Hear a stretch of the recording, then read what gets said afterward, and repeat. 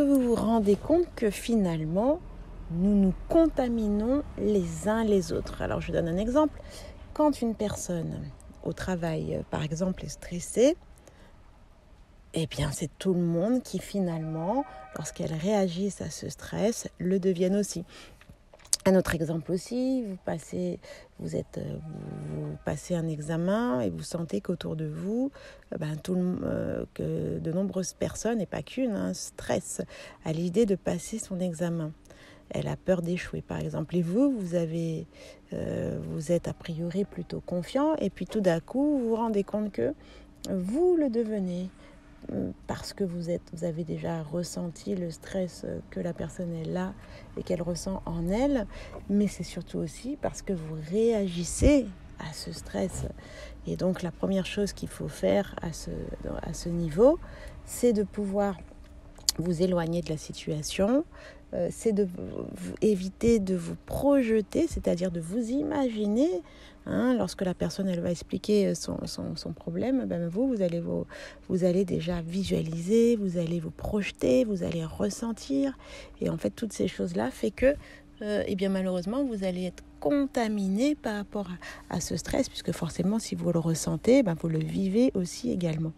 Donc l'idée c'est vraiment de pouvoir rester centré, garder votre pensée positive et alignée à tout instant à ce que vous voulez vraiment, à vous concentrer sur cette confiance et cette réussite que vous allez obtenir lors de cet examen. Donc c'est très subtil, c'est très...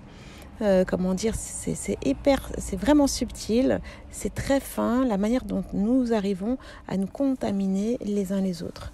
Là, je parle du stress, mais il y a d'autres émotions qui sont très, très, très contagieuses. Une personne vient vous voir et vous parle d'une situation qui l'a mise en colère, et vous êtes empathique, donc vous écoutez, puis vous imaginez, puis vous ressentez, et finalement vous mettez à la place de la personne, vous-même vous êtes en colère par rapport à ce qu'elle vous raconte, et finalement c'est comme ça qu'on se contamine les uns les autres. Donc il faut vraiment, vraiment, vraiment en avoir conscience, et finalement ne pas vous laisser perturbé par rapport à tout ce que vous entendez, notamment aussi aux informations. Pareil, regardez comment la peur aussi se transmet, comment nous sommes contaminés facilement face à ces différentes situations.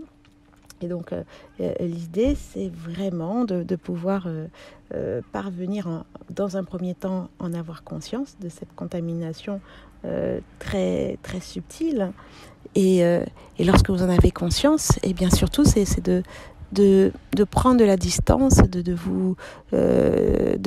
si vous ne pouvez pas faire autrement, éteignez votre télé. Si vous avez déjà travaillé sur vous, vous serez en mesure de prendre l'information sans pour cela ressentir les choses et écouter de manière détachée surtout. Voilà ce que j'avais à vous dire.